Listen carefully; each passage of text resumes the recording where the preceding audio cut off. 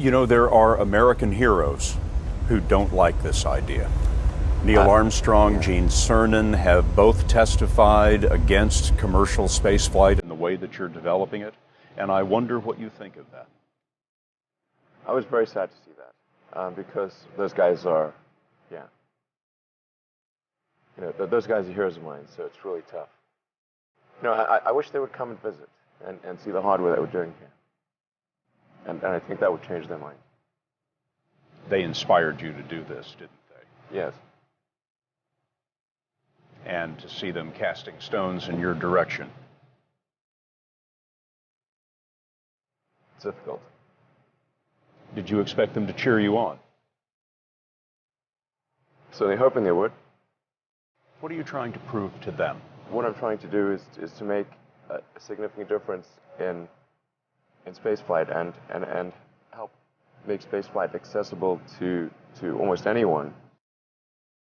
One of the most difficult choices I have ever faced in life was in 2008. I think I had maybe $30 million left, or $30 or $40 million left in 2008. And I had two choices. I could put it all into one company, and then the other company would definitely die, or split it between the two companies. But if I split it between the two companies, then both might die. When you put your blood, sweat, and tears into creating something, or building something, it's like a child. And so it's like, which one am I going to let one starve to death? I couldn't bring myself to do it, so I split the money between the two. Fortunately, thank goodness, they both came through. What was your biggest failure, and how did that change you? Well, there's a ton of failures along the way, that's for sure. As I said, for SpaceX, the first 3 launches failed.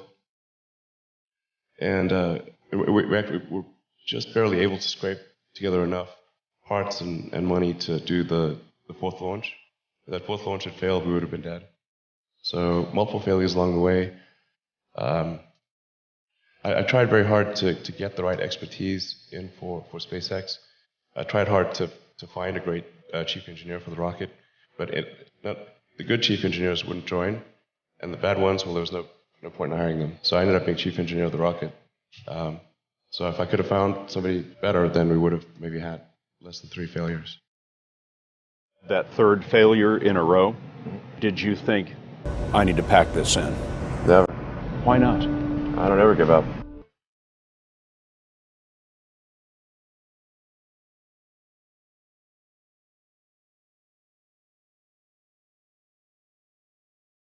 In the history of spaceflight, only 4 entities have launched a space capsule into orbit and successfully brought it back to the Earth: the United States, Russia, China, and Elon Musk.